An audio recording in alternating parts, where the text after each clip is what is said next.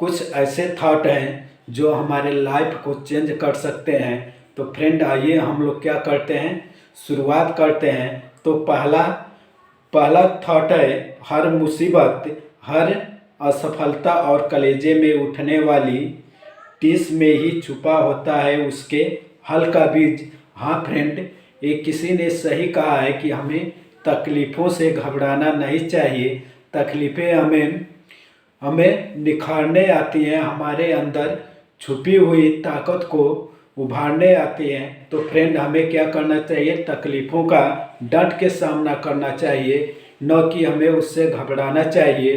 तो फ्रेंड इस तरीके से अब दूसरे थॉट का बात करते हैं। तो दूसरा थॉट है, भविष्य एक ऐसी चीज़ है जिसकी ओर हर कोई 60 मिनट प्रति घंटे की गति से बढ़ता है, चाहे वह कुछ भी करे, चाहे वह कोई भी हो।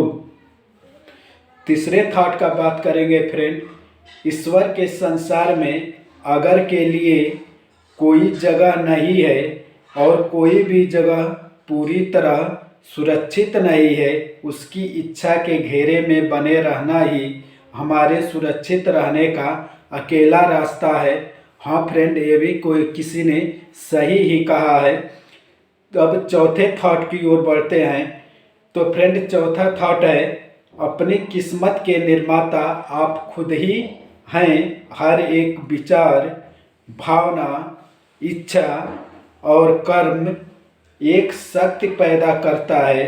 अच्छा और बुरा दोनों हमें प्रभावित करते हैं और तब तक हम पर हावी रहते हैं जब तक कि हम उनके बीच संतुलन नहीं पैदा कर देते।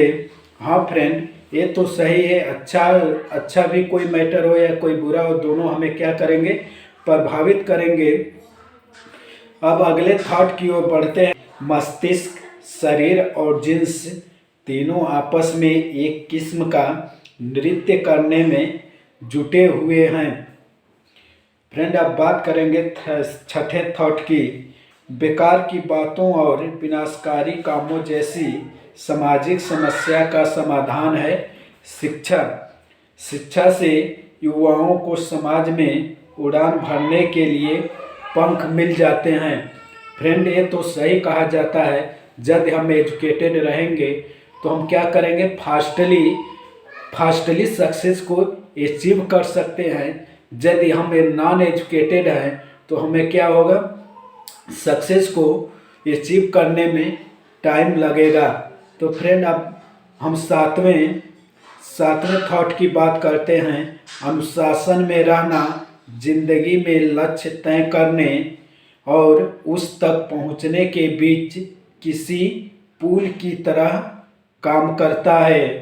फ्रेंड अब नेक्स्ट हम थॉट की बात करेंगे पहले नियम का। तो पहला नियम है संक्रमिता का नियम। यानी संक्रमिता का नियम क्या कहता है, देखते हैं फ्रेंड। हमारे संपर्क में रहने वालों का हमारे जीवन पर असर पड़ता है। दूसरा है अनुकरण का नियम, हम अपने मित्रों का नकल करते हैं।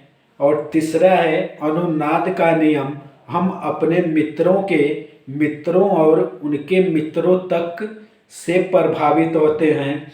और चौथा है अस्थायित्व का नियम, किसी नेटवर्क की एक उम्र होती है। और फ्रेंड अब हम नेक्स्ट थॉट की बात करेंगे, किसी गलत काम को करने का कोई सही तरीका नहीं होता है। नेकी न केवल अन्य सभी तरीकों से बेहतर है, बल्कि यही एकमात्र तरीका है। परिवार के महत्व के ऊपर बात करेंगे। तो फ्रेंड आइए हम लोग देखते हैं परिवार का महत्व क्या है। तो पहले पॉइंट को लेते हैं, परिवार में ही आधारभूत मूल्यों और नैतिकता के बीज पड़ते हैं।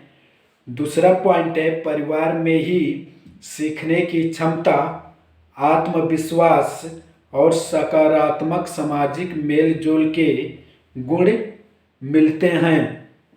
अब तीसरा पॉइंट को लेते हैं फ्रेंड, सुदृढ़ परिवार का आधार पाकर ही लोग समाज को बेहतर योगदान दे पाते हैं। मीडिया की वजह से ही लोगों को यह समझ में आ गया है कि उनकी आवाज़ में भी दम है। लोग भी इतना सक्षम हो गए हैं जितने पहले कभी नहीं थे। अब वे सरकार पर अपने विचारों का दबाव बना सकते हैं।